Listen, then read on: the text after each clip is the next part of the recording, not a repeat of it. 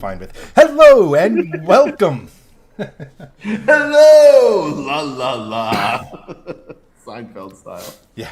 Hello and welcome to the Shift Talk podcast. My name is Chad. With me, as always, is my esteemed Volvoist counterpart, Mr. Gregson. Yes. Gregson, the stuffed up one, as I'm getting over a cold. Holy crap, I forgot I had this open in the other screen. And I'm just hearing our conversation 10 seconds later blasting in my ears. I was wondering, like, you definitely, like, stopped on a dime and was like, Because it literally went to the point, where you were like, hello. And you were I was like, what? I literally flashbanged myself with, like, my own... You sound flashbanged yourself, but delayed by 10 seconds. Oh my gosh, it was... Wow, that's brutal. I hate that. Because I'll do that all the time when I'm working, and I'll have, like, tabs open. So Facebook has this thing now that every time I get a notification on Chrome, it makes this brah, like loud fucking sound. And what happens is I'll have my speakers turned way up because when I'm on Teams for work, everyone's quiet.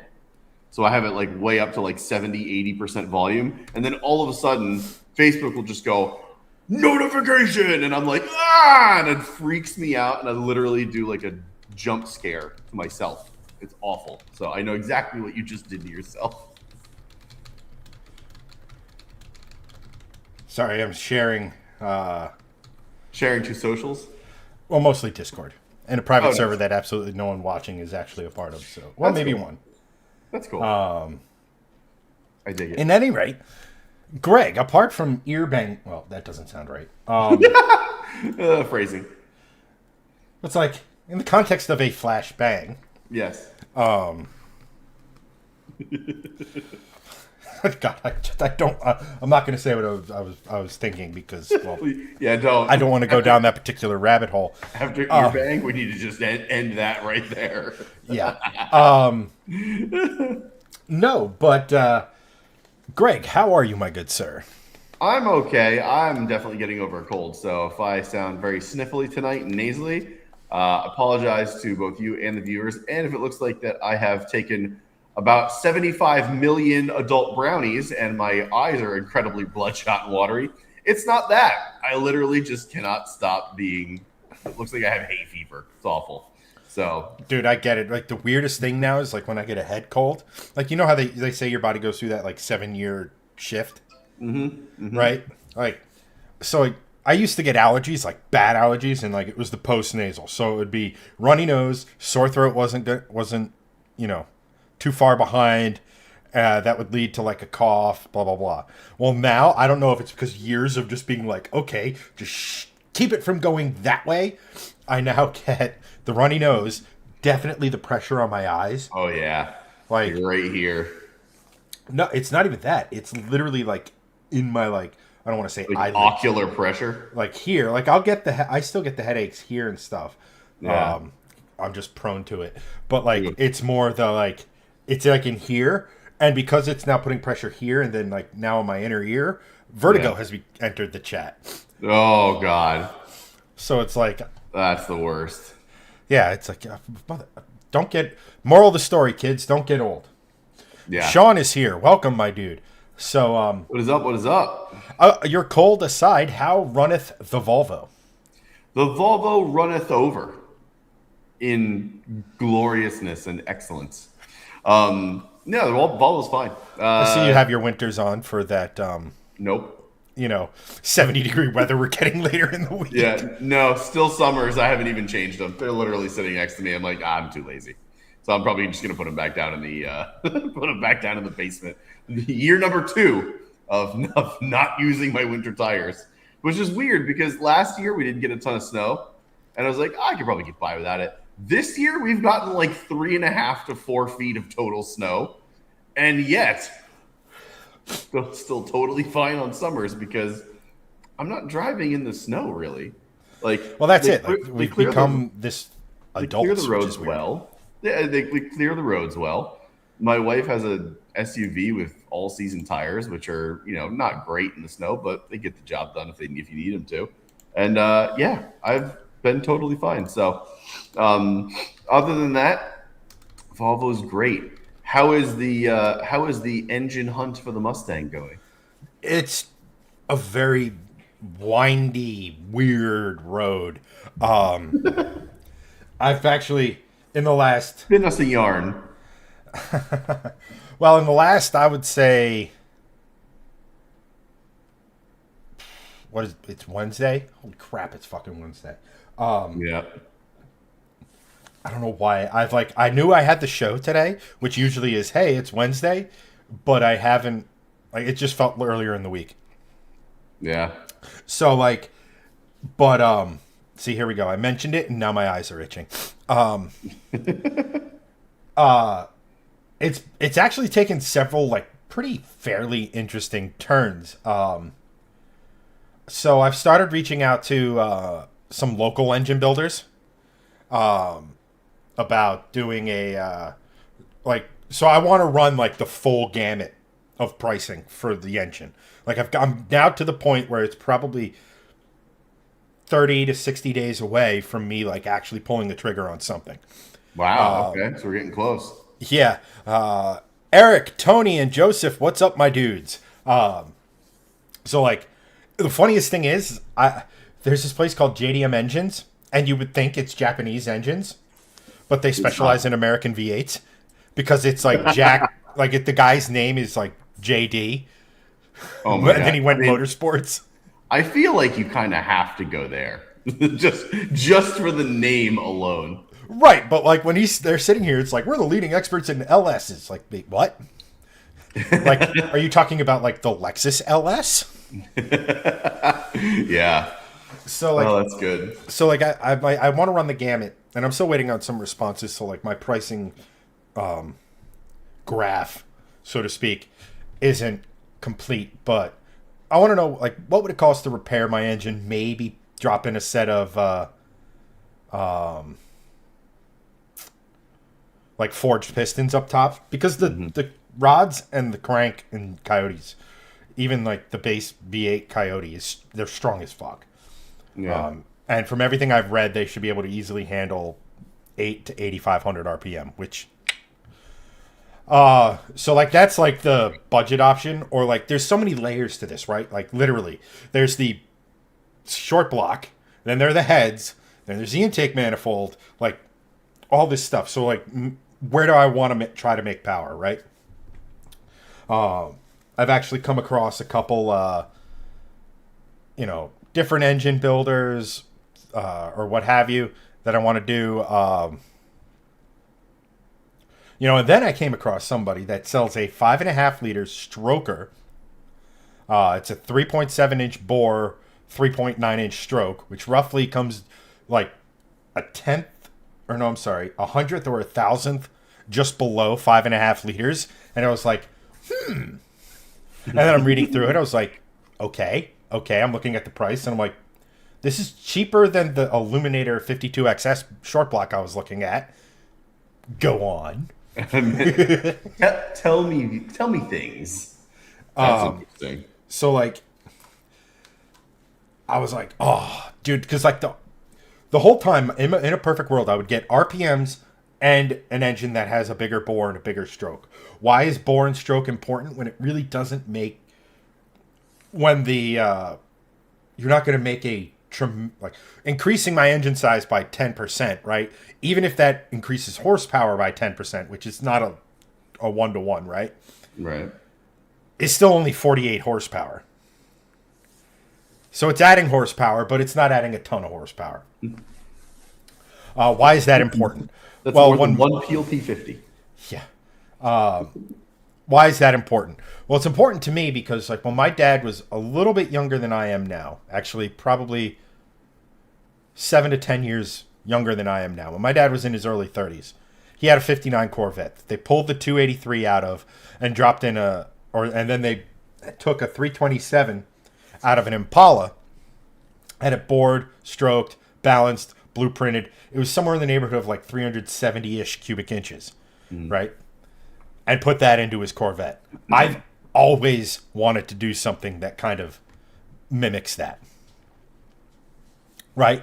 So that's why, like, and not for nothing, I think it'd just be badass and cool to either have something that's like a Boss 334, and people are like, wait, Boss is 302, that's wait, huh? Like, or have instead of a 5.0 badge, have a 5.5 badge or something like that.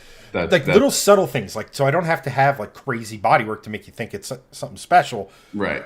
You look at it and go, huh. Just to subtle enough to do that double take and be like, oh, there's something going on here that I should probably either talk to that owner about or learn more about this car because it seems kind of interesting. But it's the subtlety to it. Right. And like, not for nothing, also going to that bigger displacement will take away some of the high-pitched rasp that the Coyotes have. So, like, there's a lot to it. But then I'm, like, looking down through it, I'm like, okay, that's good piston, good. I recognize the builders of the stroker kit. Oh, this is awesome. And then I look, and it's like 14-to-1 compression. Damn it. Like, which... Too much. Right. Like, could I get away with that on street fuel? Yes. Would I have, like... God, I can't say it in car terms. I would have a very not advanced timing on the engine. What's the oh God, words are failing me. What's the not detented timing? What's the opposite of advanced timing? Retard. Pull. I was gonna say, like, no, you're retarding the timing. Right? No, you're correct. It's not a slur. It's like the actual word for it. It's like, it's just I didn't want to say. I was trying to not say that word. So like the AI overlords are like, you're saying slanderous things. I know. Well, it's the same thing in music where it's like, you know, when you go quicker and when you go slower, it's retardando. It's Italian. You bring it back. So I was like, wait, I can't think of that. But yes, you do that to the timing. Got it. So I emailed the guys, like the engine builders, because in all actuality, because the 3.7-inch bore was unaltered, and in case anyone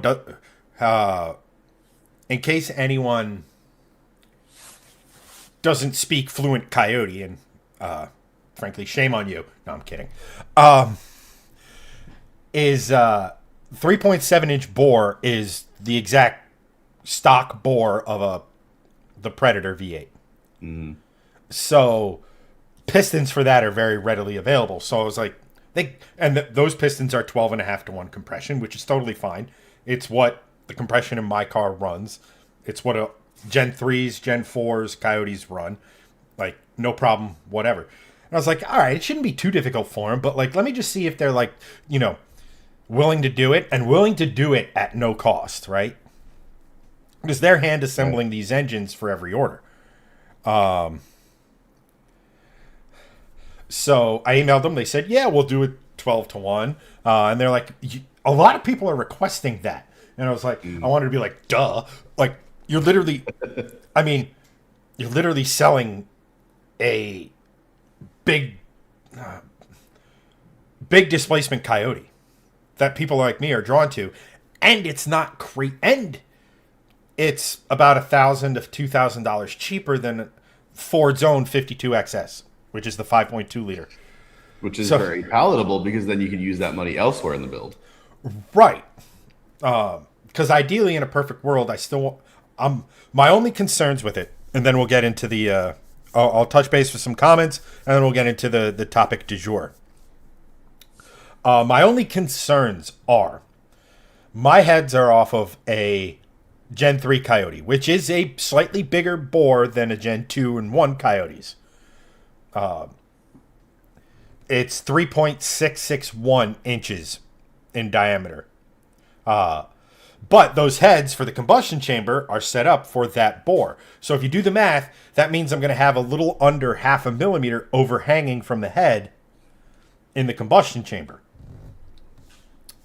And that concerns me slightly because, number one, you're now like adding a literally part of like quote unquote the mating surface like leverage to try and lift the head. Am I going to be pushing enough to lift the head? No. And this engine comes with big boy ARP studs and what have you. So like that's not a concern. My biggest concern is that overhang creates a sharp point. So like if I can figure out a way to visual. So like if like this is the cylinder, right? And like this is the head, right? You want it to like match like this. If it overhangs, that's a sharp point. That could be a heat concentrator. I don't want a heat concentrator because that can potentially lead to knock. I just don't know if 0.5 millimeter is enough to do that or what have you. And if I'm sending the heads off to be machined, which that might have some exciting news, but I can't announce anything yet because nothing's official, or what have you.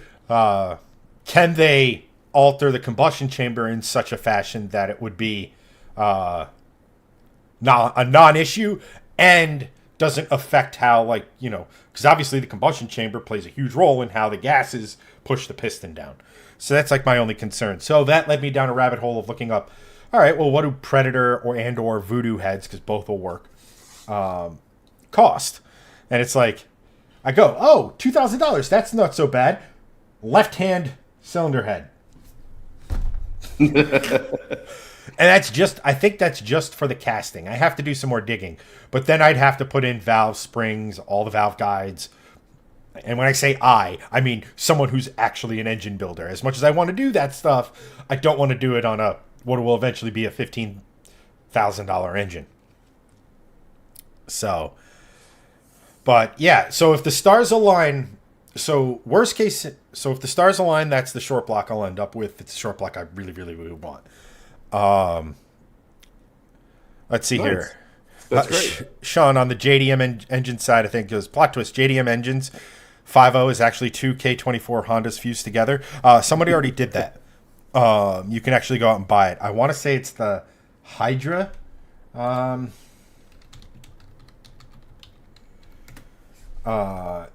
Cool. There's a K48 and K50 Hydra. It's a hot V flat plane crank V8 using Honda cylinder and head design architecture. Joseph Hain, what's going on, my dude? You should talk to Grom Racing. They make monsters that run at King of the Hammers, and the Hooligan team cars. Interesting. I'll look them up. Yeah. Tony is now over on YouTube, getting us views on all the platforms. Appreciate it. Thank you, Tony. You are the GOAT. She says, "Oh, you want to badge it so it's the anti-sleeper." I want it to be a sleeper from a distance. And, well, let's face it. There's no such... My car will never, ever be a sleeper because of the very nature of the Coyote. The second you put an exhaust on it, it is no longer subtle. That's accurate. So, it will never be a true blue sleeper, but, like, I want people to look at it from afar and say, oh, that just looks like a regular Mustang or a regular Mach 1, because I've thrown around the idea of throwing a Mach 1 bumper on my car because I'm also looking at a TR3160 as a potential transmission option. And then at that point, it's basically a Mach 1 because I have coilovers already on it. At any rate, I just want people from afar to look at it and just, oh, it's nothing special. It's just another Mustang. And then they get closer and the badges look like they should. It's just like, wait a minute, there's not supposed to be two 5s in a 5.0 badge. What's going on here? You know, and little subtle things like that, little tributes. Like, there will be, at some point, probably from EVOD Industries, even though it's going to cost me an arm, a leg, and possibly one of my backup singers, from EVOD Industries to get a custom badge that is a 4/12 badge, which is to honor my father. As far as like on the car itself, that was the plan for the silver car until it, self-immolated itself. And Tony has reported us for using the opposite of advanced in terms of timing. Nobody tell him about the brake master and clutch master and clutch slave cylinders. Thanks, Tony. Goat status removed. Sure. Oh, gosh. Joseph goes, in the military community, you can't outright say the word either. I coined the term a high boost individual. Definitely stealing that. That's very good. Nicholas Xander's in chat. What's going on, my dude? How are your travels? Xander, what's up, dude? One of our OGs. Just Welcome goes back. Then he goes, I need to come back on more often again. Yes. And anyway, Also phrasing. yeah, there was the sophomoric side of my brain was like, what is he saying? Yes. Me too. As I said in the recent reel, the 7-year-old up here was thinking about things. Dude, all right, if you didn't see Greg's reel, it was on the company Caterpillar, which, Tony, I think you actually used to work assembling their engines, if I'm not mistaken, or something to do with the engines. Correct me if I'm wrong. Cool. Has decked out a Ford Super Duty pickup truck with all their tech and stuff. It's pretty awesome. Looks good, actually. And then Greg goes, because every man, when they see earth-moving equipment, they're like, I want to drive it. Yes. This is why it exists in Vegas, that you can go drive this stuff. It's like, well, it's just big Tonka trucks at that point. Of course it exists. It's awesome. Though, or have you ever seen it? I think it's at like the John Deere where they have the backhoes and it has a enormous putter head on it, and And anyway, love that. I have you seen the like? I don't know if they're bars or something or whatever, but it's literally a bar like. And it has little steering wheels and controls, and you're controlling like a remote controlled excavator or plow, or so. It's like, yeah, they know their market, and men are like, that is awesome. That's great, that is awesome. I would do that immediately.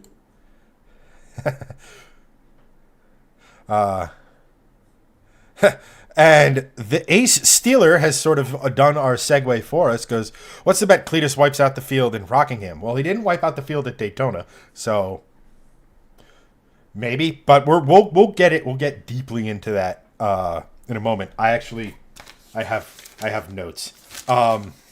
Literally 3 to 4 pages of notes in my chicken scratch. So like, I could just throw this up here. Good luck.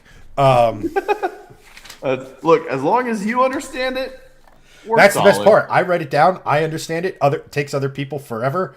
It's like the best password protect ever. So, and Tony goes, yes, I used to work at CAT as an engineer.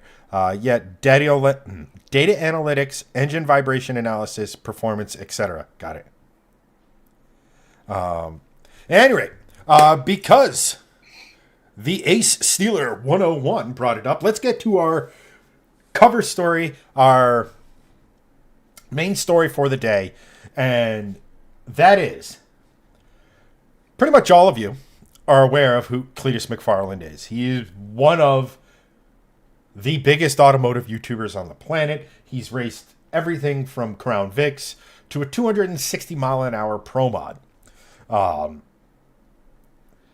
Like, the dude is living the automotive dream, basically. And he has dabbled with NASCAR, starting last year with ARCA. This year, he did ARCA and the trucks. And the truck race, as one of you has alluded to, didn't go to plan. He spun 6 laps in. But he just announced today that he has signed a 2-year contract with Richard Childress Racing to drive a O'Reilly Auto Parts series car. Can we just come together as a motorsport group and fraternity and just start calling, like, we have the Cup Series above it, the Truck Series below it, the ARCA Series below that, but we have to call the second series by its sponsor's name. So it's been Busch, Nationwide, Xfinity. Now it's the O'Reilly Series and stuff like that. It's like, and there's still people in the industry calling it the Busch Series. Like, let's just call it either the Grand National Series, which is a callback to the early days of NASCAR's Cup Series, or like the Sportsman Series, which is what it was way back when. Which is obviously a step above truck, which is a massive thing. He's going to be doing at minimum 3 races this year and next year for RCR, starting at Rockingham in April. Which is next month. That's soon. Yes. But as anyone who's watched the show will tell you, I am more of the... Greg was a motorsports fan, and then he went and had kids. Yeah. So he's not going to be a motorsport fan for another 3 to 5 years. Pretty much. What he really needs to do is start having a second TV in the living room with the racing on, so the kids start asking, "What is that?" We've Parenting 101 from Chet. We've dabbled in Formula One. They good luck explaining Formula One this year to him. I know. Well, at least they understand that, like, how the racing works. I've explained it to them, and they like the last name Bottas, which is which is their favorite thing to say. It's like Bottas. All right. And he's back in Finland's it very now. own. A man born in Finland, but with an Australian heart. Yeah, exactly. Driving a Cadillac. Just the ultimate dream there. Finished with an Australian heart, driving an American F1 car. So amazing. Greg, I wanted to get your thoughts as someone who's been into motorsports in the past, but hasn't really been keeping up on it, but knows Cleetus, knows kind of the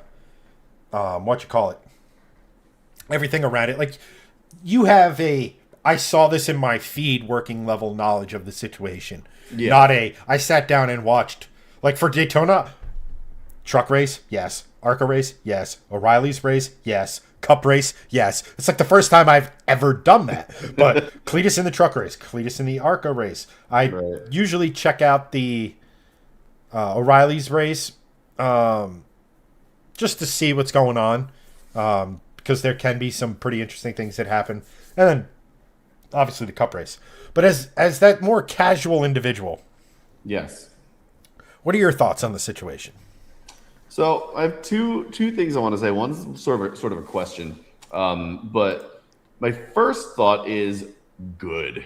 This is a really good thing for NASCAR. Thank you, Jocko. All of its series, it as a whole. Honestly, it is just a good thing, and it's not in the sense of like, influencers bring in views in other realms in a bad way. Like, I don't know what a good example of it is, but like in the automotive world, a lot of the influencers are actual car people. There are some that aren't. They're just in it for clout and blah, blah, blah. Most of that has to do with Instagram fame and whatnot. But, a lot of the YouTubers are, especially like builders like Cleetus and Amelia Hartford and, TJ Hunt, Adam LZ, like these are people that do race cars. They have raced cars. They nice.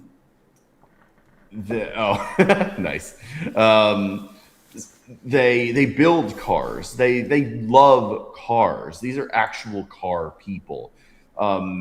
I'd say a lot of big YouTubers are actual car people and are, influencers because they love cars, not necessarily because they want to be an influencer, and cars are the way into that. There are some, but most are not.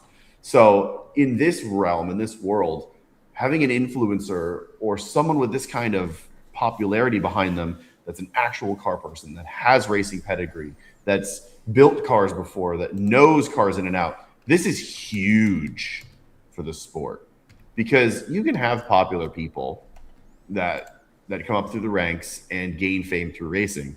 Jeff Gordon, the Bushes, like for more modern examples, like those kind of people, Kyle Larson, Chase Elliott, who has family pedigree, like those kind of things. And they're famous because they're race car drivers.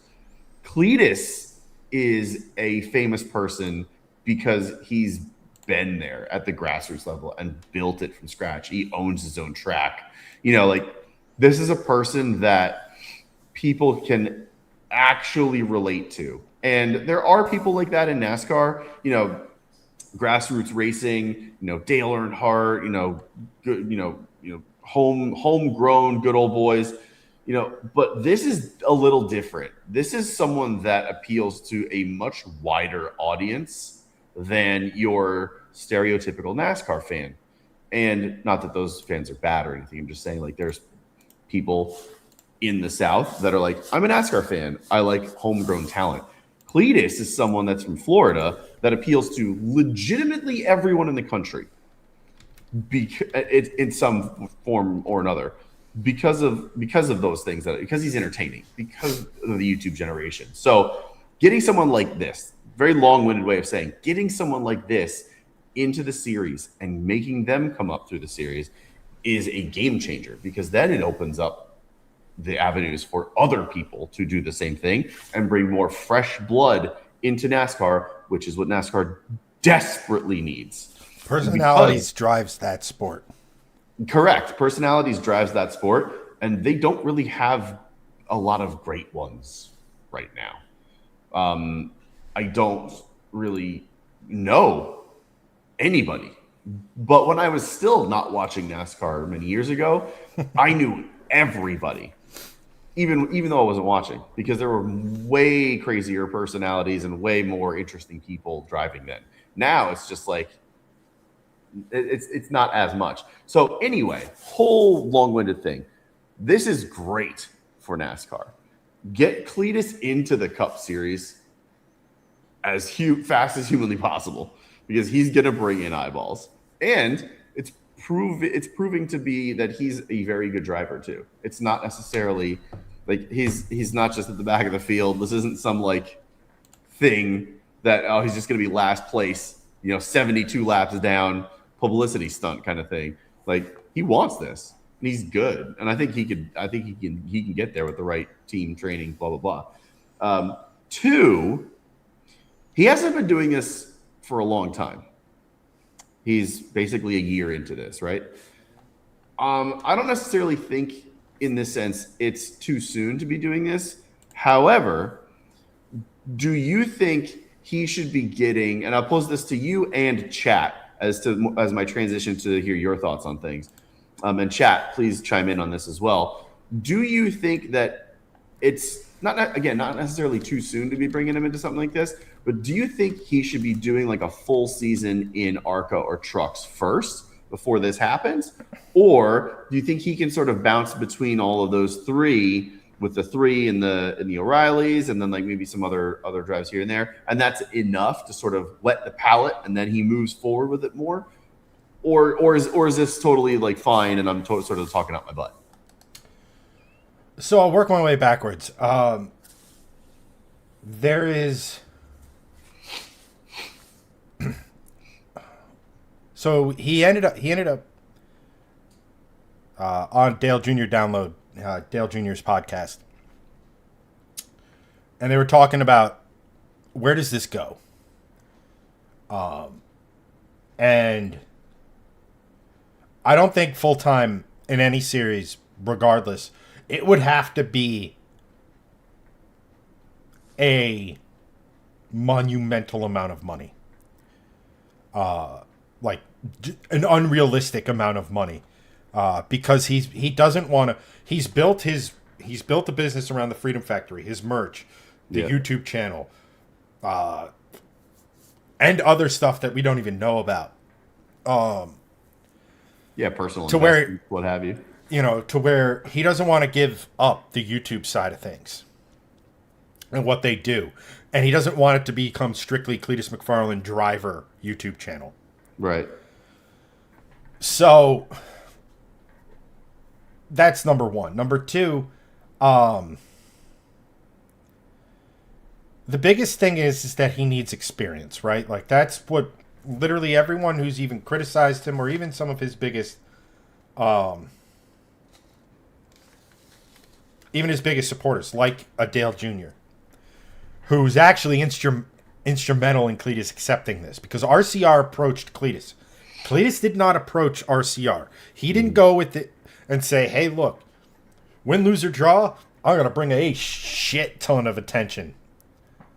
He didn't approach it. He wasn't even sure he should do it. He reached out to Dale Jr. and asked him, should I do it?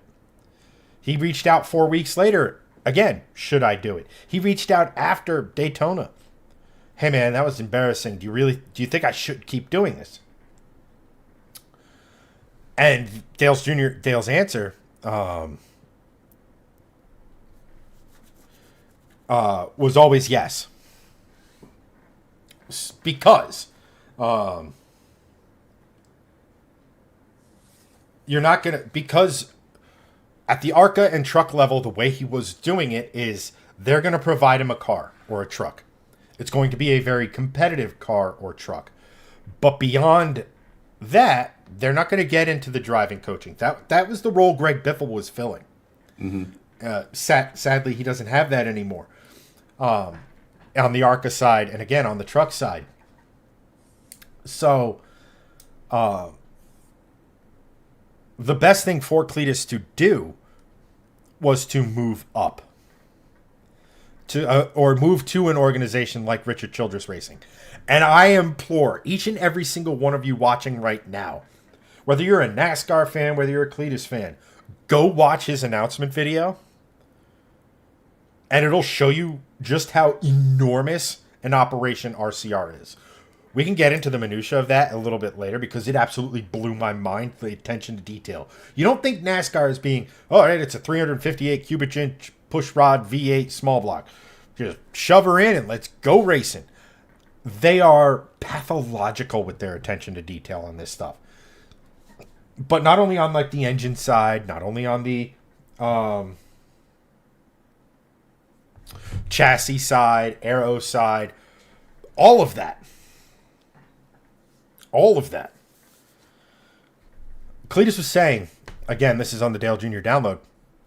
Basically, he was spending time in Richard Childress Racing, RCR's sim.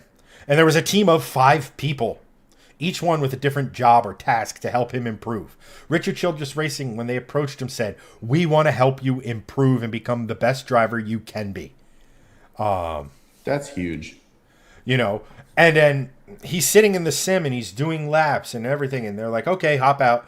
And they literally pull up a data sheet. That's his laps versus Jesse Love's laps. Jesse Love won that series championship last year. I know Connor Zilic deserved it, but credit where credit is due. He won it under the rule set that it was. And he didn't back his way into it with 0 wins or anything like that. Dude has won races at that level. He's a good little driver. And that was the stuff Cleetus wasn't getting in the lower levels. So it's a step up. It's the most power he's ever, like most power of any of the cars or trucks. For the sake of the rest of this, I'm just going to refer to the ARCA and the Truck Series stuff as cars. You're not taking a NASCAR Craftsman truck, putting a lift kit on it, and going to King of the Hammers. It's not how the thing's designed. No. You might be able to do that. I don't know, but NASCAR stock cars. Yeah. So it's like RCR is fully invested in Cleetus, and Cleetus is obviously very invested in this. And with each race, with each sim session, with each lap he does, regardless of car, is just filling that, he's starting here with an experience level, right? Each race he gets a little bit more. Like he said, after he spun out in the truck and people explaining to him what happened, he was looking for it in the ARCA race and managed to catch himself a couple times. That's experience. And you build that experience. You build that mental notebook of that sort of stuff. Like he was sitting here saying, I had written it down. When they were overlaying the data, Jesse Love was in the throttle at, I think, Rockingham, 250 feet further into the corner than Cleetus was. And when Cleetus asked, how can he slow down, blah, blah, blah, he said, well, he's using significantly more brake pressure, right? Like all these little things that even the best guy can look at a car and say, okay, he's obviously on the throttle longer. He's having all this data and all this stuff, right? What makes him good in drag racing, right? After every run, he pulls out a data log and it shows him everything, the engine and what he's doing. Mm-hmm. right? And he Especially when he learns from it drives, and gets better. right? Like especially with like Leroy, which is a manual car where he has more control over everything than he does in the other cars. So on the surface, this may look like he's moving way too fast, right? He went from 2 years ago never driving a stock car in an official NASCAR sanctioned race to now being in the O'Reilly series. But he has that support structure. He has one of the biggest names and one of the best teams, especially in the O'Reilly series, behind him. Yeah, I was going to mention that Richard Childress that's a major name. This is not just some fly by night team that is like, oh, let's do some fun stuff. No, this is a top 3, 4, 5 team in NASCAR for the better part of 20, 30 years. Like this is a real team with real data and real resources behind it. Dude, 400 plus employees, 15 Yeah. individual buildings. I'm telling you guys. This is big. JJ Productions said it. You know, that freaking shop is insane, or should I say, shops. Yeah. I'm telling you, Exactly. Even if you are not a fan of NASCAR, you can fast forward to like when they get to the engine side of things Yeah. and look at the level of detail that they are going into. I'll give you a perfect example. The standard deviation of any engine that I think in a batch or for a given rule set that leaves their shop is 0.25% in terms of horsepower. That's crazy. Let that a quarter of a percent. That's Like that, basically nothing. you know, they have an entire department dedicated to individuals who are quality controlling the parts from third-party parts manufacturers that have already been QC'd by the company who made them. Like their equipment, I don't want to ruin the video too much because like they do obviously a much better job of the what, the why, the how. It is so insane. So, yeah, and like you said, it is a giga win for NASCAR, and they even Cleetus even said it in the beginning of his video. He said Biffle would tell him, they go, someone someday is going to offer you a seat in a car that you don't think you're ready for, based solely on the marketing. Because I did the math. If 1% of Cleetus's viewership watches a race, that's almost 50,000 people. And that's 1%. 1%. 1%. That's another 50,000 new faces to NASCAR. So it's incredible. And like Joseph over on YouTube, on Facebook said, I think Cleetus could run the lower series, 5 races each to get the seat time on screen. The man can drive. Yeah, he's driven a ton of stuff, and we'll get. I'm sure Greg has more questions, so we'll get to that. He just needs the exposure, experience, and the pressure forging him into a pro driver, but not for a whole season series, as it would screw his YouTube and social media platforms. And his 2K events would. Anyway. Yeah. I don't know. The chat ended. I apologize if you typed more, Joseph, but on my end, it just sort of disappeared after would. Something. And like I said, in that Dale Jr. interview, he said flat out, like, family first. And, like, he understands he needs seat time, so his graph of driving might look like, a lot and then taper off like this, but like get to here to get the experience needed and then basically compete on the same few tracks every year, to keep that baseline or what have you. The kids logged you off. Totally understandable. Well, Greg feels your pain. Yes, I feel your pain. Kids interfering, absolutely. And then maybe this will lead into something for you. It goes the ace over on YouTube.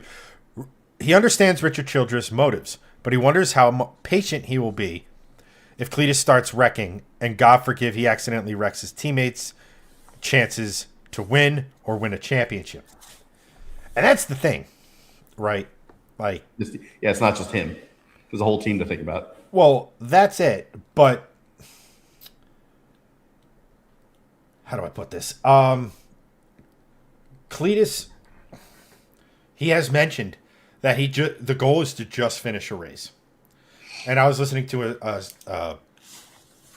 another interview with the undefeated Tyler Reddick, where he was talking about how early in his career he would be overly generous to teammates. And that's what you're going to see with Cleetus. Yeah. He's going to let Austin Hill, God knows he doesn't want to piss Austin Hill off. Dude is a hothead. See him and Amarola at Indy as Exhibit A. Or what have you. But I think Cleetus sees it for what it is. It's an opportunity to get better and improve and what have you. And let's face it, if he can prove to be decent enough to run mid-pack, let's say that's his immediate ceiling, right? He is going to have O'Reilly's teams beating down his door after this contract with Childress to get him in on a part-time schedule. Because it took Cleetus all of a day to find a sponsor to fund the whole thing. Yeah, exactly. Because they know what kind of eyes are going to be on it. And that's to Joseph's point over on Facebook. He would bring in more viewers than 1% of his viewership. Exactly. 10% of his viewership is over a quarter million eyeballs. Yeah. Sets of eyeballs. 500,000 eyeballs if we're counting individuals.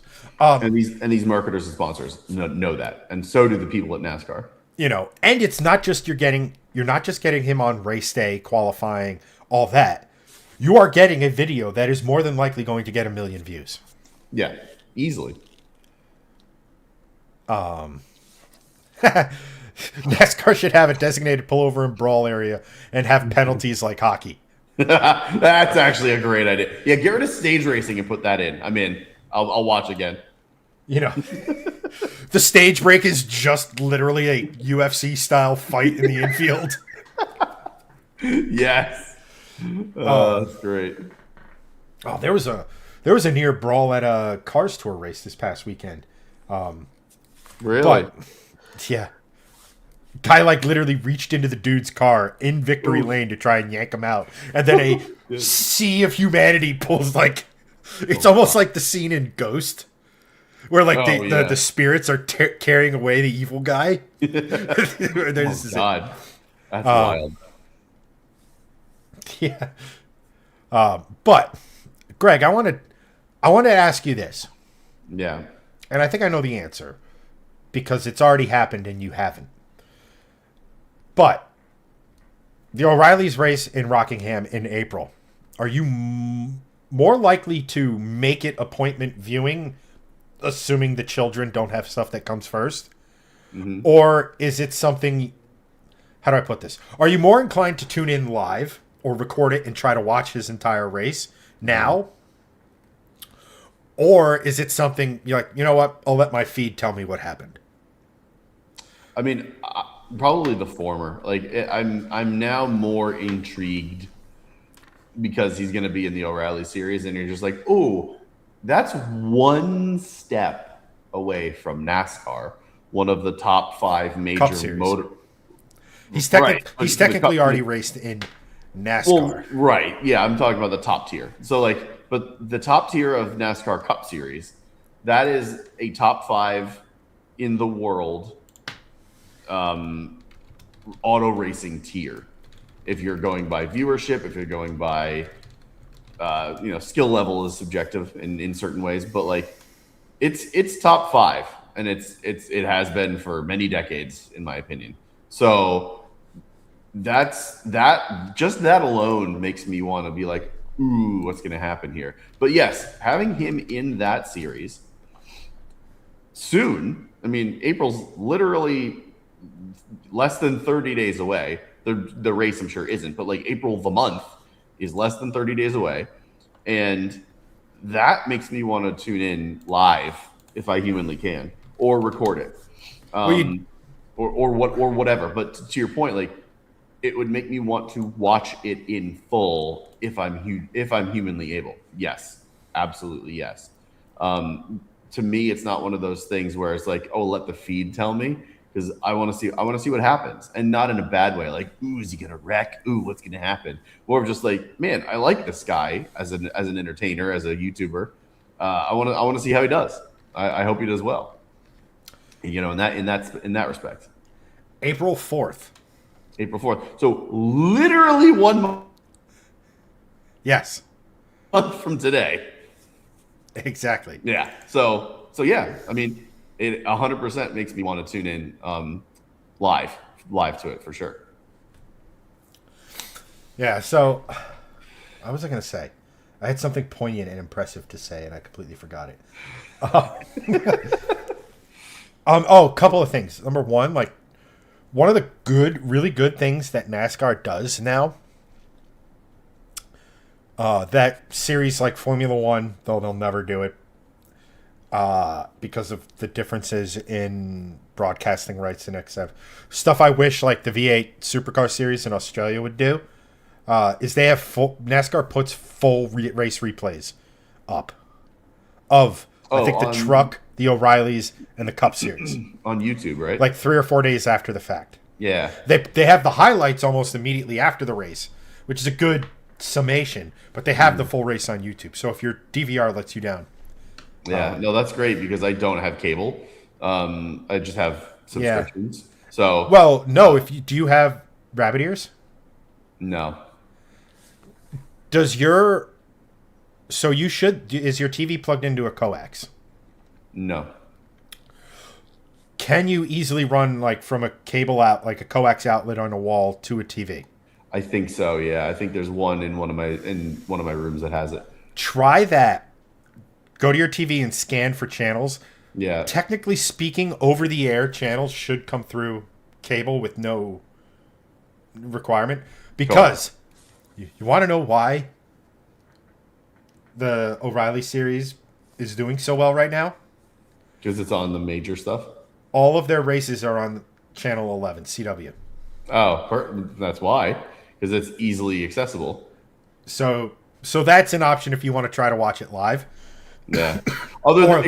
In stark contrast to Formula One, who has gone from ESPN and ABC, which is huge, to Apple TV, where you have to subscribe to it, which is a whole other topic for another day, which is biblically stupid. But either way, having the O'Reilly stuff on the CW, like, well, so many more people have that than subscription services, so that's great. Oh, dude, don't get me started on ESPN. They have this now. It's like, I forget what it is. It's like $30 or $40. Like, the bundle is ridiculously. It's like, get Disney Plus, ESPN, and Hulu for the low price of $30 a month for the first year, and that goes up to like $60 a month afterwards. Yeah. Why am I going to pay for that? The only reason I have that is because it's part of Verizon for us, and I get it for $10 a month forever as long as I have Verizon. So give me that. I'd wager you don't have the top tier of ESPN. They have a base version. No, I have the base version where I get Plus, and that's kind of it. Yeah, that's that.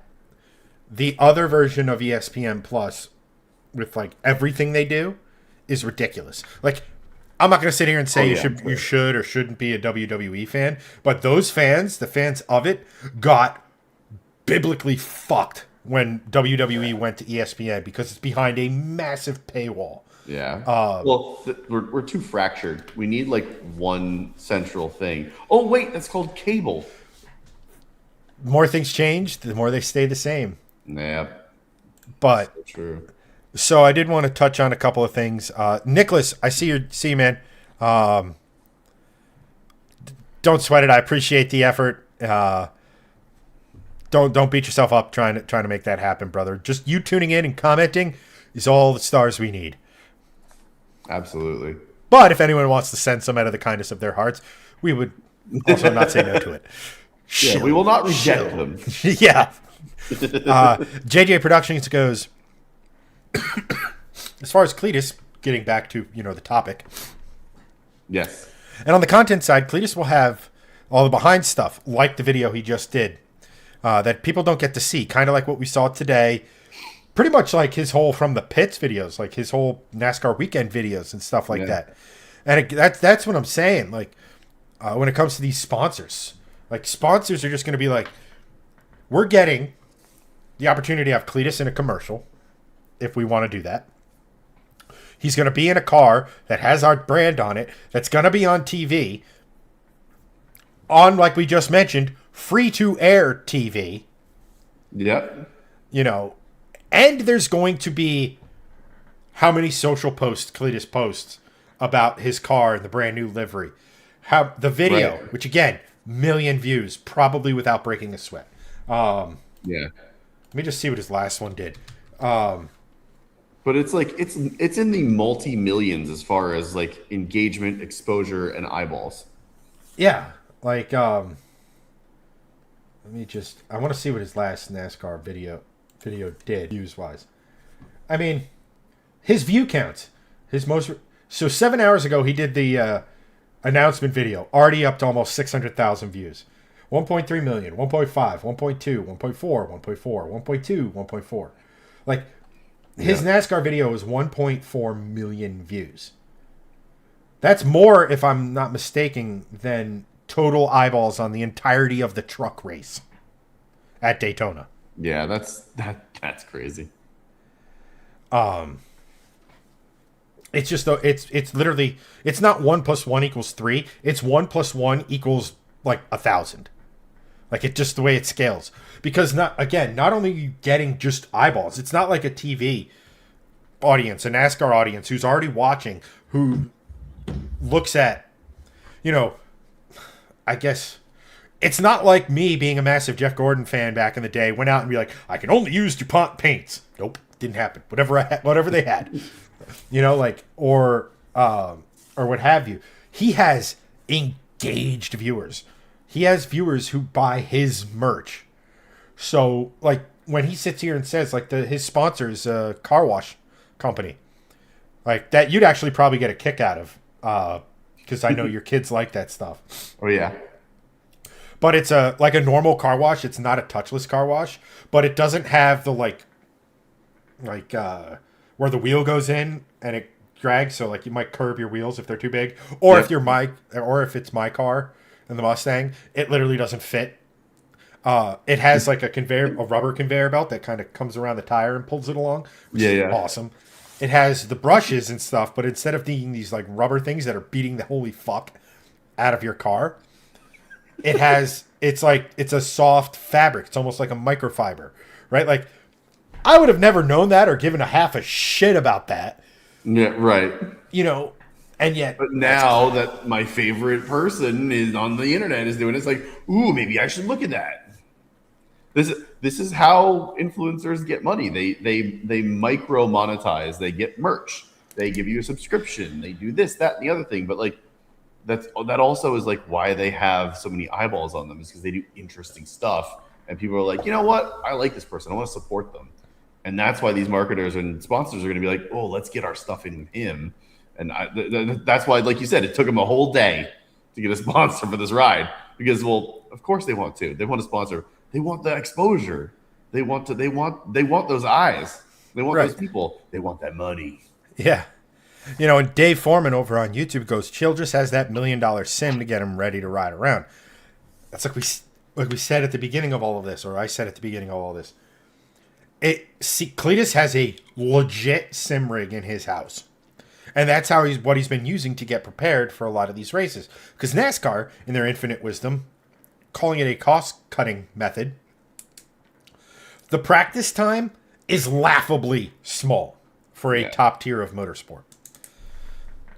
But the Childress sim is not only all the more accurate than like an iRacing, which is already insanely fucking accurate.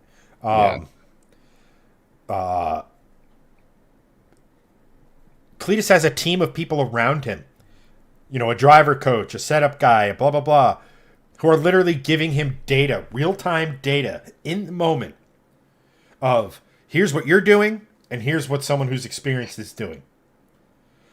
Immediately showing immediately showing him what he's doing right, what he's doing wrong. He can literally go do 5 laps in the sim, come back, look at the data, and go, oh, okay, I need to do this. Then go try and do it, and goes, okay, I overdid it, and bring it back. So I forget who I was watching. I think it was James Baldwin, who's a YouTuber. He was a sim racer turned GT3 driver.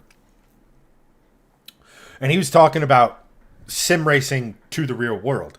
And he was saying that ability to get that instant feedback on what you're doing right, what you're doing wrong, and immediately apply, like being able to immediately apply it, as opposed to going out, doing 10 laps, coming in, having the car cool down, changing tires, making a setup change on a computer is 3 clicks, whereas you might have to remove something with a wrench to do it on a race car. It takes a lot of time, comparatively. So like it's invaluable. It is shortening the learning curve, and that was Baldwin's point as well. It shortens the learning curve, and like I'm. Keep going with your train of thought. I'll be right back. All right. We talked about excavators, earth-moving equipment, and now trains. All the good stuff. Yes. I actually still want him. Like, if there's space in the new house, I might do a small model train set. Let's see here. Steve has entered the chat, and Sean is on his way out. Thank you for watching, Sean. What's going on, Steven? Xander or Nicholas goes, don't forget the old Jeff Gordon Pepsi car back in like 97. Yeah. That didn't make me want to drink more Pepsi, though.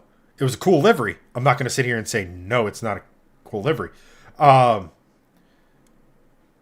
what actually made me want to drink more Pepsi was I absolutely loved Pizza Hut back in the day. Like, that was peak dining when I was a kid. And they had Pepsi. And that's what made me want Pepsi. Much to the delight of Pepsi, who, I don't know if most of you know this, Pepsi owns Taco Bell and Pizza Hut. I think it's Taco Bell. I could be wrong. For the sole purpose of they couldn't get market share versus Coke, so they literally bought restaurants to have their beverage in.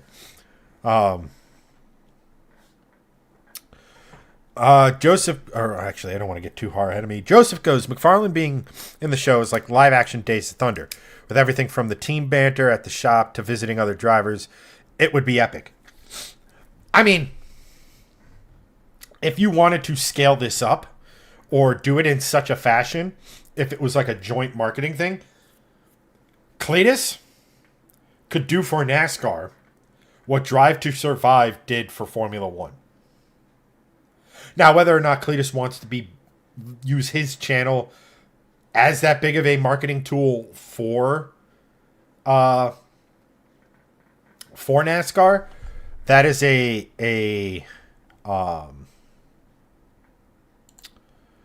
that's a topic for another day. But that is such as his appeal, right? Between like here's the other knock-on effect.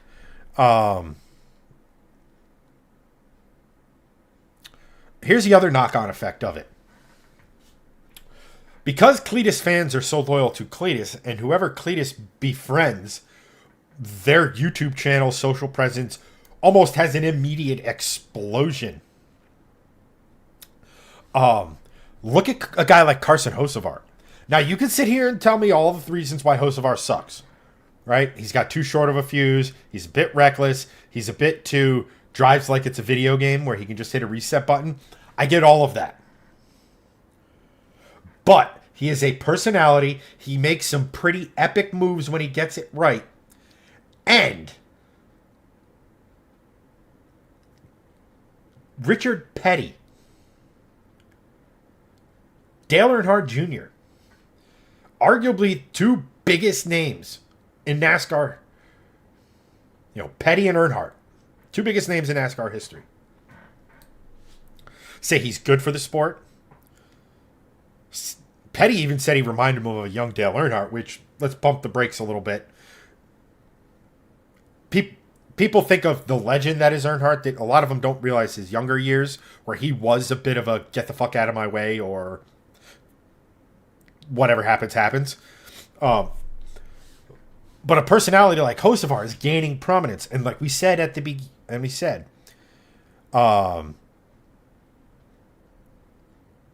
NASCAR is in desperate need of personalities. Don't believe me? I forget. I think they actually, in the earlier, the Dale Jr. download from earlier this week, they were talking about it and how much NASCAR needs the personality. So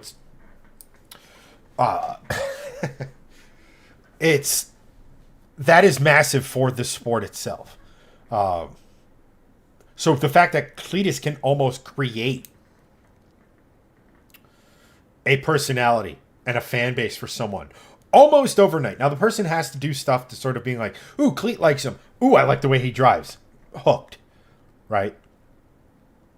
But the value adders just keep coming and coming and coming. Joseph, sim racing is the same as flight simulators in the 80s. I mean, the professional level sim rigs are fucking insane. With their level of detail and what they can mimic.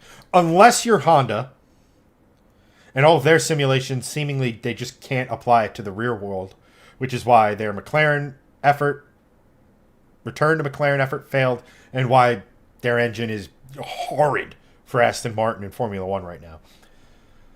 But guys like people.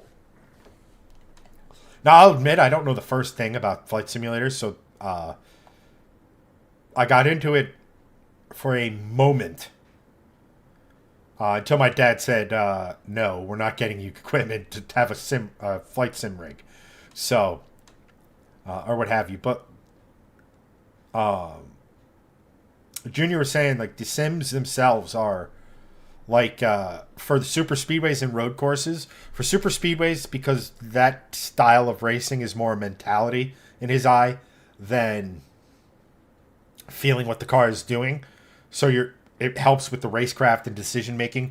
Road courses, it helps learn where grip is, entry, braking, trail braking, throttle, learning what corner you can go full throttle out of, or when you have to feather the throttle and stuff like that. Like, it's invaluable.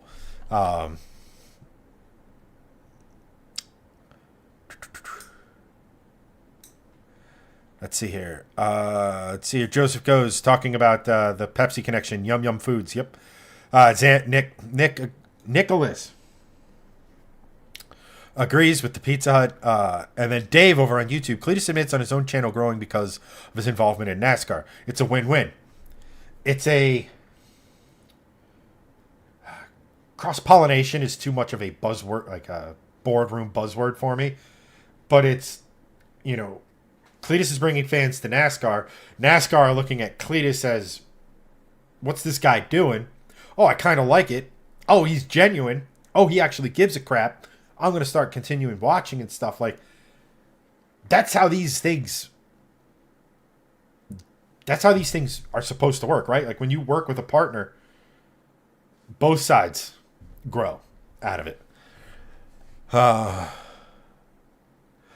David Hodges, our resident Australian. Good afternoon. Good afternoon, my friend. Yes, it is day one of the Grand Prix here in Melbourne. So we're swapping in and out.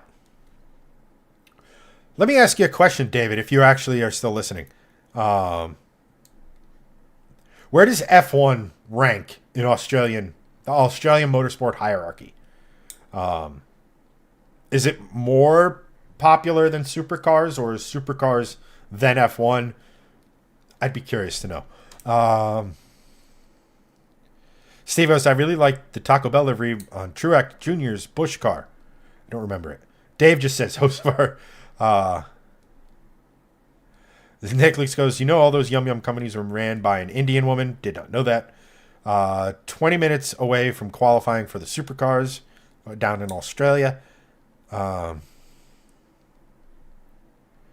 Joseph goes, Honda isn't a car company. They are too safe as a company. Bikes, on the other hand, they are bonkers. Yes. That being said, when Honda... don't forget, Max Verstappen's reign of terror in the ground effects era that we're now getting out of was powered by Honda.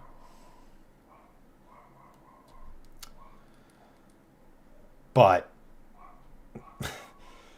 Red Bull powertrains seems to be doing okay with Ford input, from what I understand, mostly on the energy recovery deployment system and battery tech. Honda seems to be doing all right. Or not Honda, Red Bull. So who was the driving force there? Probably Red Bull. Nicholas goes, I just want to see WRC back in the USA. Well, it looks like it is. It does look like it's coming back.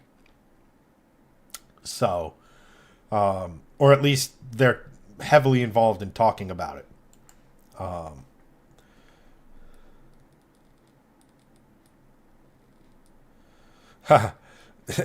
Hodge goes, wow, my personal opinion, I'm guessing on the where does F1 rank question in Australian Motorsport. My personal opinion is I don't give a stuff. It's just something to drag people in. Fair enough. I was just curious on the pulse. Like, here in NASCAR, even though it's on it's on an upswing this year, but in the playoff era, it was definitely on a downswing. It was still more popular than F1 here. Still the most popular form of motorsport. Other eyeballs went to other forms of motorsport. They did, but the total numbers. Greg. Me. Pull chat up. That's what I'm doing. Dave Foreman goes, Honda is getting clobbered in the 125cc now by Chinese electric scooters all over the global south. I could see it. Based solely on the number of kids on electric bikes that I see, and I'm not talking like electric motorcycles. I mean, like, it's like a Schwinn, only they don't have to pedal. The spoiled brats. I would absolutely agree. Like, I don't even think, like, it is insane. And it drives me up a wall because the overwhelming majority of these kids, I dropped the pen I wasn't using in case anyone was wondering. The overwhelming majority of them have no road manners, have no common sense, have none of that. So it makes driving around my development, even at 15 miles an hour, something of an adventure. I'm not saying the streets are swarming with them. I'm just saying, you see one, like, on a Monday, you're kind of on high alert for the rest of the week, month, whatever, because you know they're around. And all that stuff. So, Joseph goes, I want a V8 Supercar Series here. I would love to see them here. I mean, they're basically racing, quote-unquote, American cars. Mustang, Camaro, Supra. Two of which don't exist anymore. Nope. Which I'm totally okay with. Competition is the spice of life.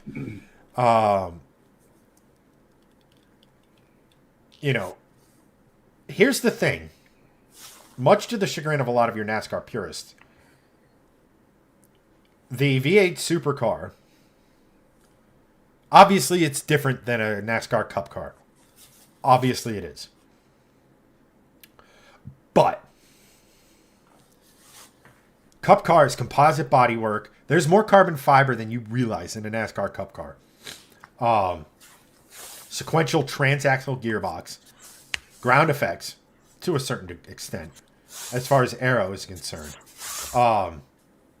They're obviously not purpose-built to be road course cars. And they're purpose-built to withstand collisions at Daytona and Talladega when they're knocking on the door of 200 miles an hour. So they're a lot beefier. But they're closer than a lot of people realize. That's what I'll say.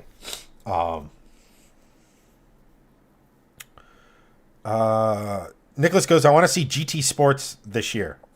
What do you mean by GT Sports? Are you talking like sports cars like IMSA or something I'm not realizing? Let me know. David Hodges, again, from Australia. Dave from Australia. I don't know why I just associated like a theme music for whenever you comment, but that won't be happening all the time. No, now it's in my head and it's happening all the time in my head now. Well, that's good because I don't have to do anything again. Because Formula One is just above supercars at the moment. Basically, F1 treats supercars as something to fill in between sessions. Yeah. I mean, not wrong. I mean, it's a smaller series, so it's a smaller global series, right? But I guarantee you, F1 couldn't do that with like a NASCAR, especially Cup Series. Just because here in this country, the main event would be NASCAR. As we are finding out this weekend when NASCAR and IndyCar have a joint weekend together in Phoenix. At any rate, yeah, I mean, I get it. Like, we're kind of in our own little bubble here, especially with a lot of the things we do, right? You know, we have NASCAR, which is the biggest motorsport. Everywhere else in the world, Formula One, world sports cars, or like regional touring car series are big. Which I guess you could say NASCAR is a regional touring car series, sort of, in a very loose way. But like American, like, you know, baseball, huge here. Bigger in Japan, obviously, but like not really that big outside of North America, outside of Japan. Football. I don't know how many people outside of this country. I mean, obviously there's a lot. Otherwise, Germany and England wouldn't sell out every single game we throw at them. So, I don't know. I'm trying to not look at it from a biased American sort of thing. Darwin failed. Can we make that scooter shit more like Road Rash? I'd watch. I don't want them being any more distracted than they already are. I want them to learn right away. I want them to learn on what side of the street to drive. I want them to learn to what hand signals are for indicating. So if you're going to turn, I know about it. Basic shit. Joseph, good luck with the fatherly duties. Thanks for tuning in and commenting. Awesome. Oh, okay. The Super GT, so you're talking about the Japanese stuff.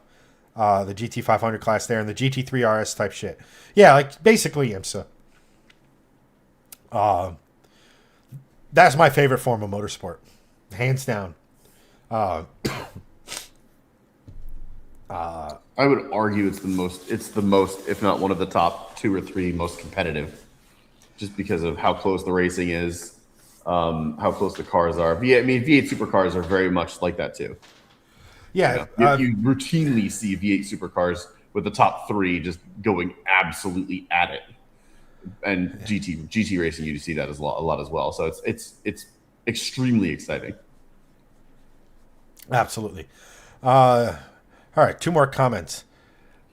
Dave, I don't know why I'm not reading it. Dave Froman. In my brain, it's Dave from Anne. Like Dave from Jake from State Farm. I don't know why. That's just where my brain is at the moment. Make sure to sleep, kids. But he says, as far as Cleetus in the RCR car, I'm going to bet he qualifies but drops at the back and just cuts laps. Stay out of trouble and learn. I think, yeah, not a bad thing, honestly. You know, at this point, laps are his friend. Laps with other cars on tracks are his friend, and then go from there. At a certain point, will the red mist or the I don't know how to describe it, but like that competitive element overwhelm him and want him to. I'm not going to try to win. I just want to pass a couple cars, right? Like, like being able to control that. That again part of the part of the intrigue with that racing. David, enjoy quali. We'll. I don't think we'll be on when you get back. But enjoy.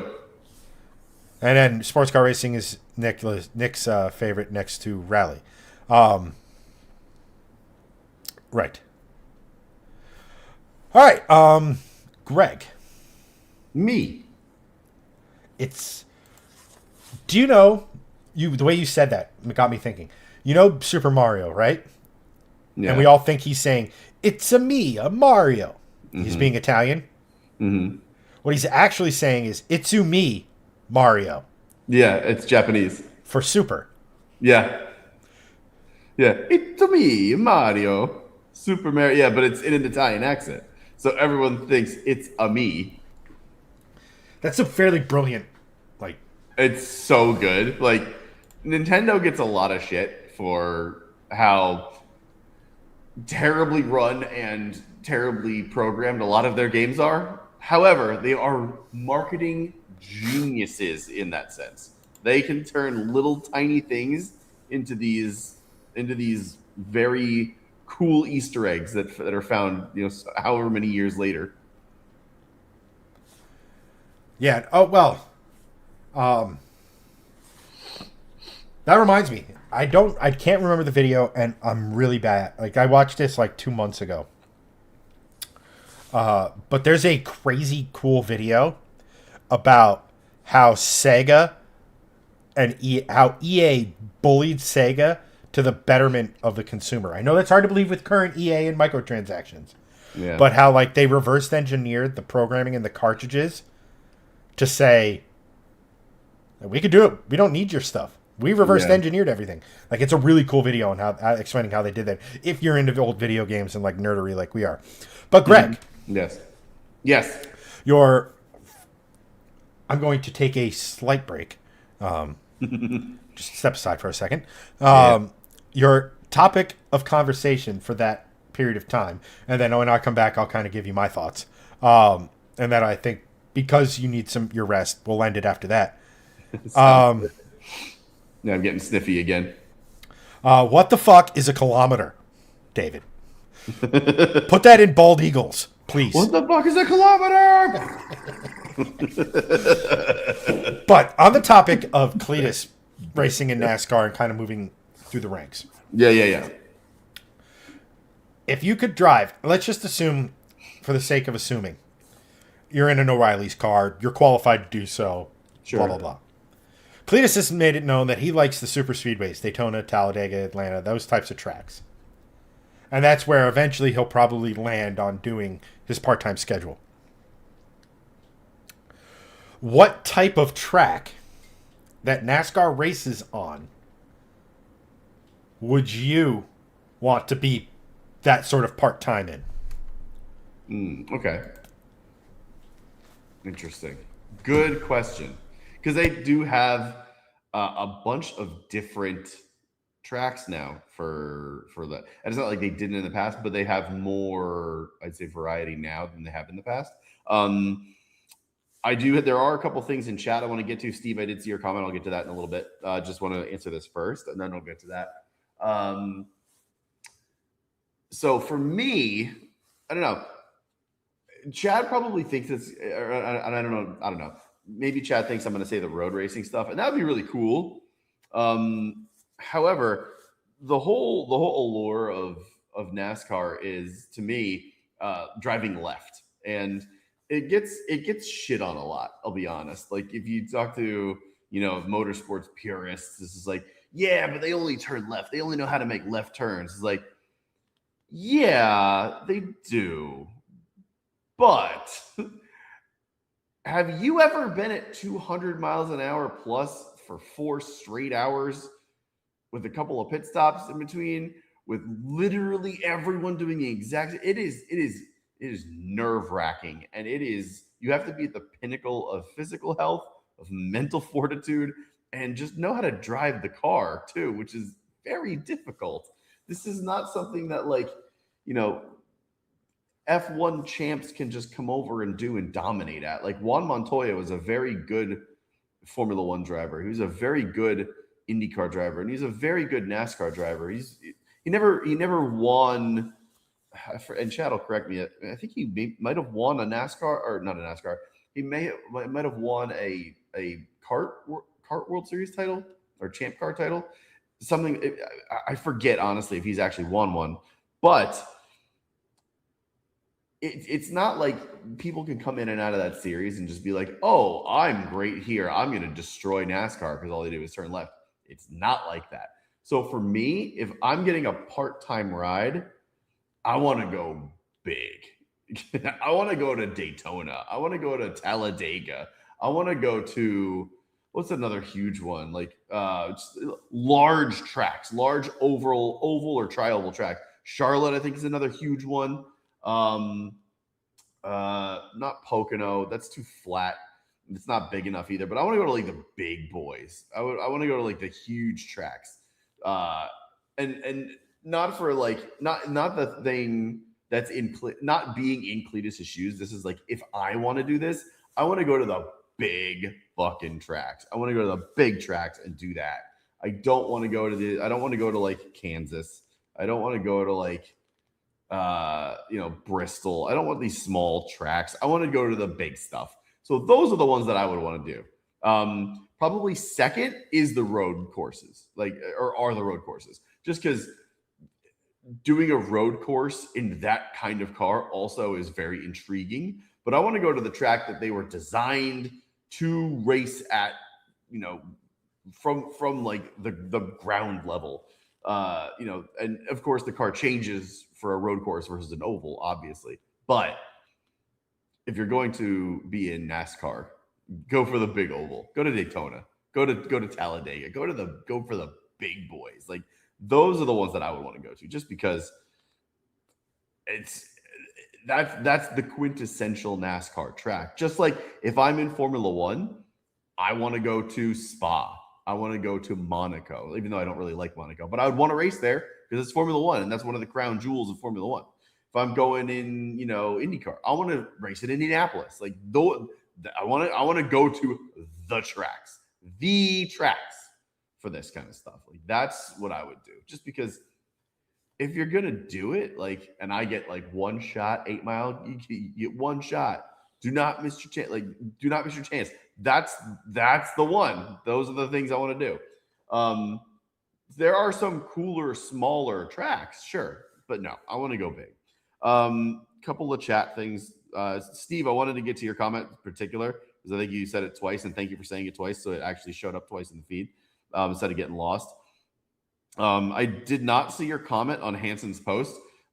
Good rule of thumb: I am literally never on my personal Facebook account.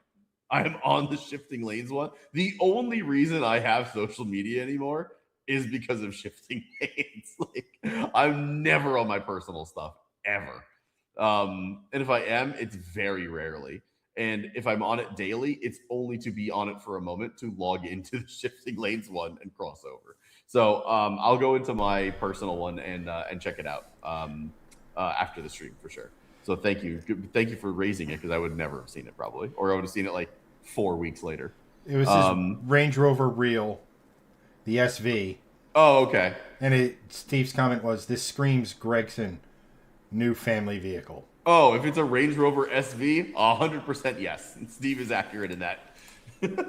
Big European SUV with massive V8 and burbly noises? Yeah, sign me up. That's me. I'm down. That's the good stuff right there. Nicholas goes, "That's it. I will now call Gregson Greg from Shifting Lanes." Like Jake from State Farm. I'm cool with it. Allowed. Approved. Big fan. Yoshi is my dinosaur. Yoshi's awesome. He's goated. Big fan of Yoshi. That was my character every time in Mario Kart. Just because I don't know what it.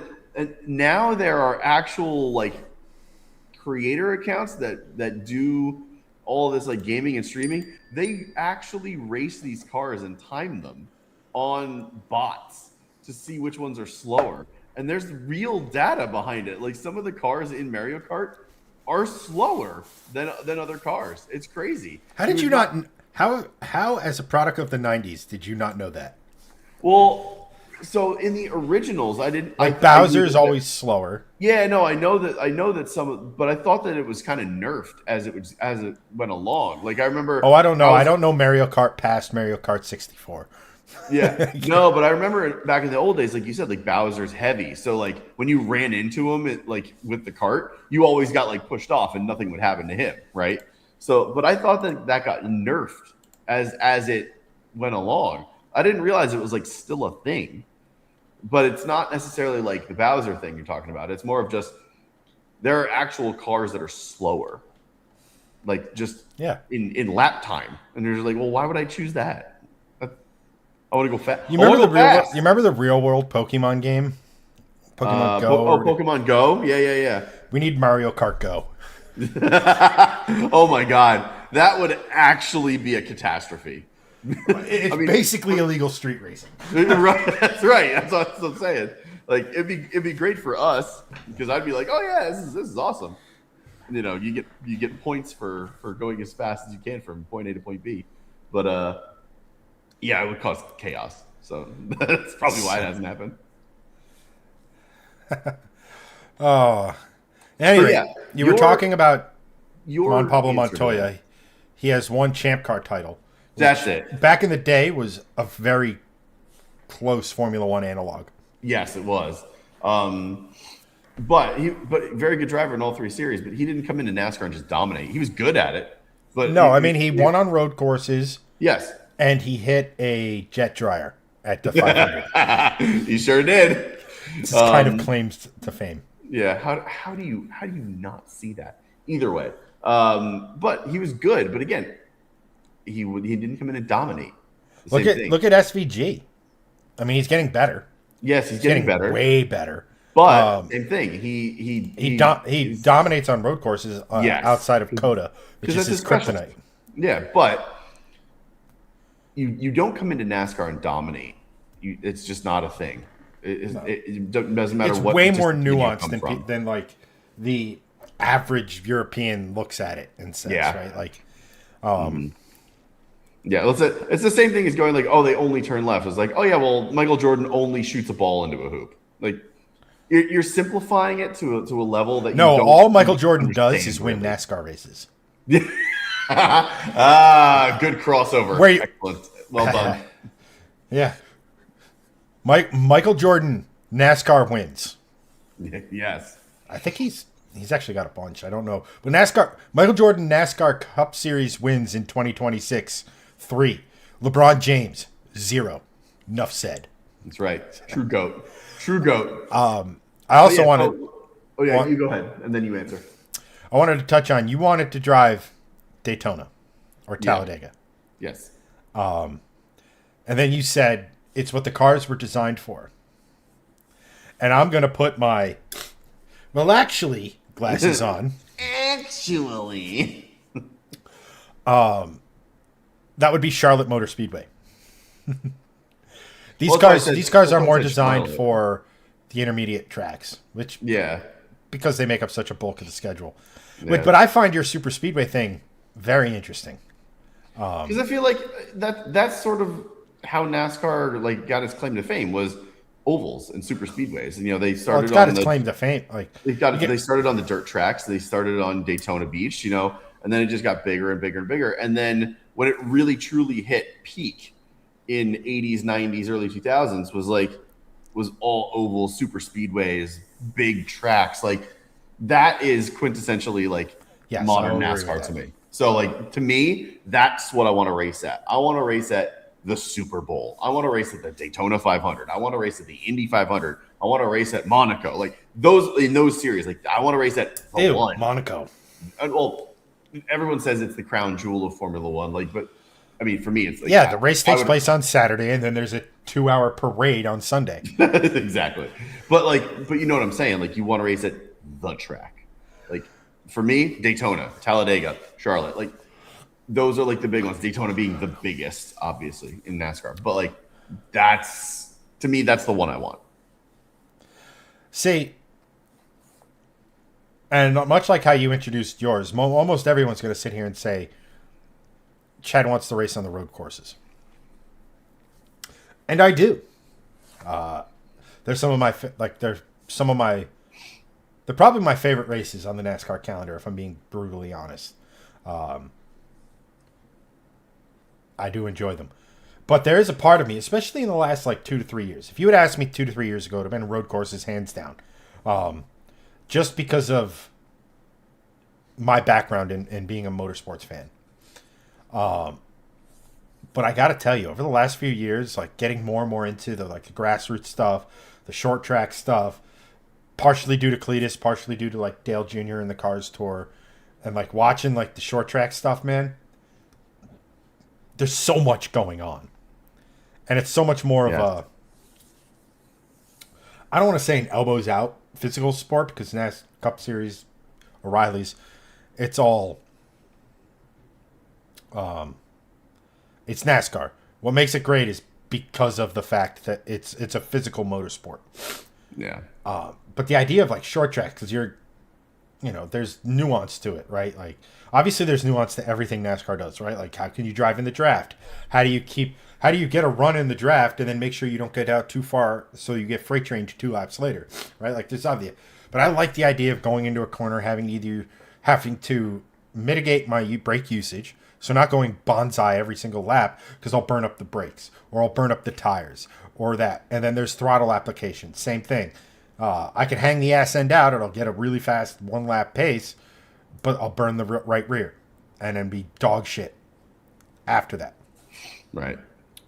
I really, really like that. And I'm if I was on if shifting lanes suddenly became half of Cleetus's level, right? To where we had let's do the motorsport, I would absolutely try to figure out a path to get me into a late model. Because that stuff just looks so fun. And I love the that's the thing. That's the thing with NASCAR. And I always say this when they were going to Bowman Gray. It may not be ideal for cup cars. In fact, it's probably nowhere near ideal for it. But that grassroots level, there's something about it that connects to the origins of the sport. The fact that it was a bunch of guys who were well, we were hauling moonshine. Booze is legal again. The fuck we do with these really fast cars? Mine's faster than yours. No, it isn't. Yes, it is. All right, let's go kick an oval into the dirt of this fairgrounds over here and find out. Yeah. There's something about that I really, really, really like.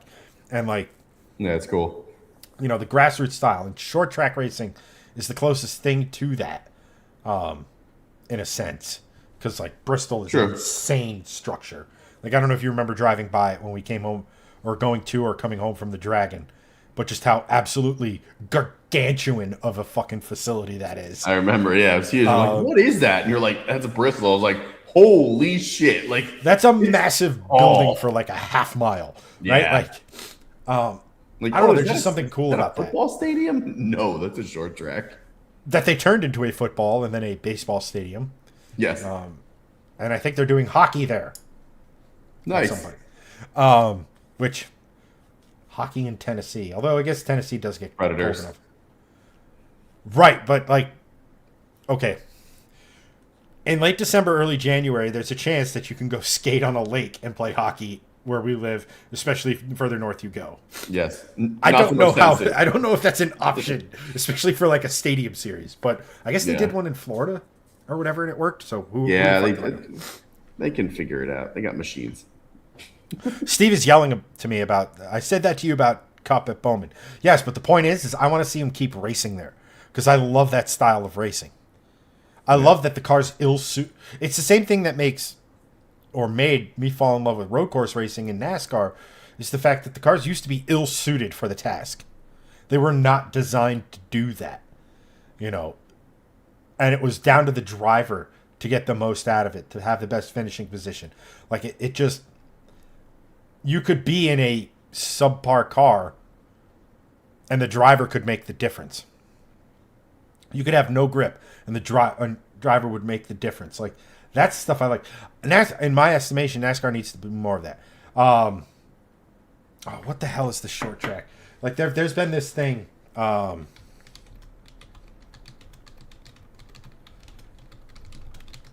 me just look it up. Yeah, like there's been this whole discussion on what NASCAR should do with the Clash, that opening season preseason race. Like, should it stay at Bowman Grove? Should it go to another track? Should it go back to Daytona? And I had in my estimation, I think one of the best of all worlds there is, why not go to a place like New Smyrna? Smyrna? Smyrna. Wow, we just threw Scrabble tiles at something. I think it's Smyrna. Smyrna? You're probably 1,000% correct in my brain. But that's a short track. That's how I'm pronouncing it. That's a short track. It has the grassroots feel, and it's in Daytona.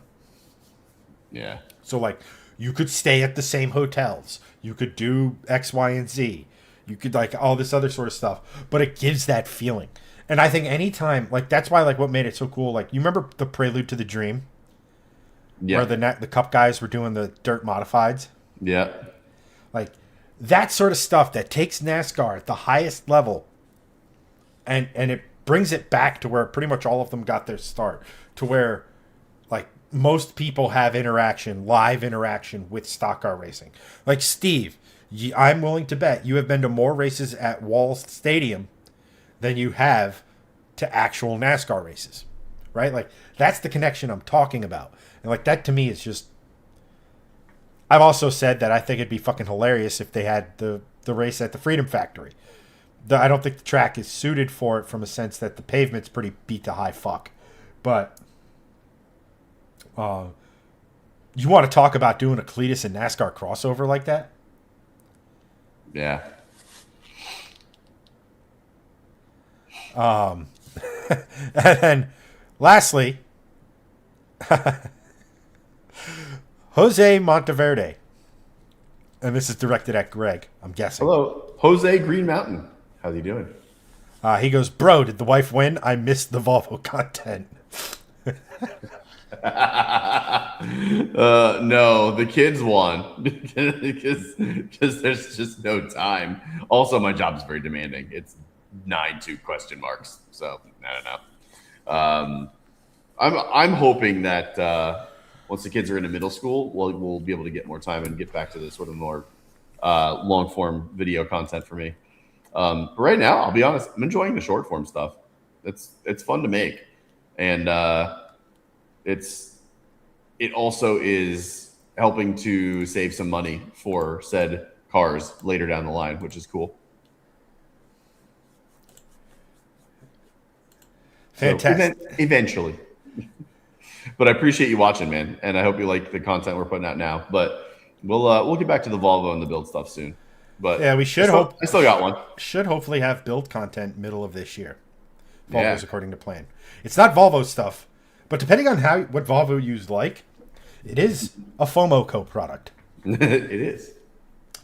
So that's right. And it has at least 5 cylinders. At least. Possibly Although no less than. At this point, there might only be 5 good cylinders in my engine at the moment. I don't know. That's going to be a fun. Perfect. Once I'm on the road to replacing the motor, that'll be a fun video. Right now, it wouldn't be a fun video because it's I don't have anything to put back in there. But when I have something incredibly badass ready to go back into it, it'll be fun. But for this one, that's going to be a wrap. I want to thank everyone who watched. Nicholas, if you're still there, thank you so much for the stars. I didn't get an alert until just now. Appreciate you, brother. Thank you, dude. And everyone, first, we do this every week, so come on down. Jose, if you want to come in every week and bully Greg into making Volvo content again, I'm here for it. I'm here for it.